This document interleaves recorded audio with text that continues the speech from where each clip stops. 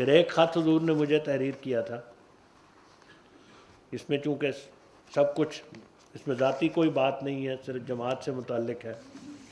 حضور نے فرمایا، پیارے احمد سلمکم اللہ، السلام علیکم ورحمۃ اللہ وبرکاتہ، ہر چند کے یہ جدائی عارضی ہے اور انشاءاللہ بہت جلد سفر کے اختتام پر پھر ملیں گے، لیکن جس حالت میں ربوہ اور پاکستان کی دوسری جماعتوں کو نمازوں میں روتے اور بلکتے ہوئے اور مرغ بسمل کی طرح تڑپتے ہوئے چھوڑ کر آیا ہوں، اس کی یاد نے دل پر غم کا ایسا گہرا سایہ کر رکھا ہے کہ روح کی گہرائیوں تک یہ غم اتر چکا ہے اور وجود کے ذرے ذرے میں اس کی آمیزش اور تپش ہے۔ خدا کی راہ میں دکھ اٹھانا ہمارا مقدر ہے۔ ہم نے بڑے صبر اور حوصلے کے ساتھ اپنے مکانوں کو جلتے دیکھا اور عمر بھر کے اثاثوں کو لٹتے پایا۔ ہم نے اپنے بوڑھوں اور بچوں اور جوانوں کو ذبح ہوتے ہوئے دیکھا، محض اس جرم میں کہ وہ خدا کی طرف سے اٹھنے والی ایک آواز پر ایمان لے آئے ہیں۔ ہمیں کافر اور دجال کہا گیا، ہمیں اسلام دشمن طاقتوں کا ایجنٹ بتایا گیا،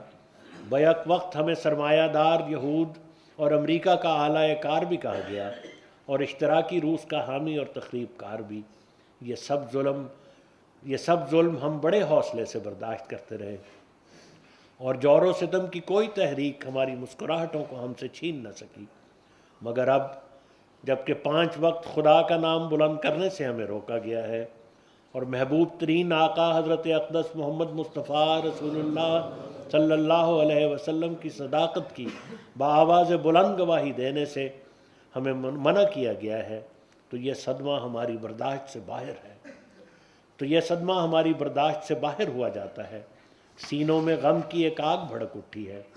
جو نصرت الہی کی تقدیر ظاہر ہونے سے پہلے نہ بجھ سکتی ہے، نہ ہم اسے بجھنے دیں گے۔ بندوں سے ہمیں کوئی امید نہیں، ہماری نگاہ صرف اپنے رب کی طرف ہے۔ اس کے حضور ہماری گریہ و زاری کا شور اب دبنے کا نہیں، یہ تو بلند سے بلند تر ہوتا چلا جائے گا۔ اس کے حضور سجدہ گاہوں میں بہنے والے آنسو اب رکنے کے نہیں، اب تو ان کو بہنا ہے اور بہتے چلے جانا ہے۔ ہماری آنکھیں رحمت باری کے قدموں پر ہمیشہ جھکی رہیں گی، ہمارے بہنے والے غم ان قدموں کو ہمیشہ بھگوتے رہیں گے۔ اس دکھ سے رہائی کی اب تو صرف ایک ہی صورت ہے اور اس کے سوا اور کوئی صورت مجھے معلوم نہیں۔ اب تو آزمائشوں کا سلسلہ اس وقت ختم ہوگا جب رحمت باری ہم پر جھکے گی اور قدموں سے اٹھا کر سینے سے لگا لے گی اور اس کی شفقت کا ہاتھ ہمارے آنسو پوچھے گا اور اس کے پیار کی سرگوشیاں ہمیں سنائی دیں گی اور اس کی محبت کی باہیں ہماری گردنوں کا ہار بن جائیں گی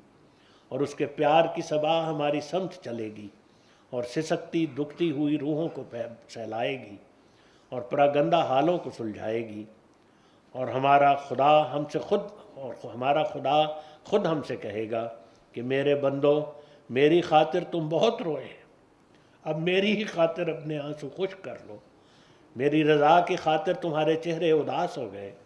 اور یہ اداسی بہت لمبی ہو گئی، اب میری رضا کی خاطر ہی مسکراؤ اور مسکراتے ہوئے چہروں سے میری حمد کے ترانے گاؤ۔ غموں کے دن بیت گئے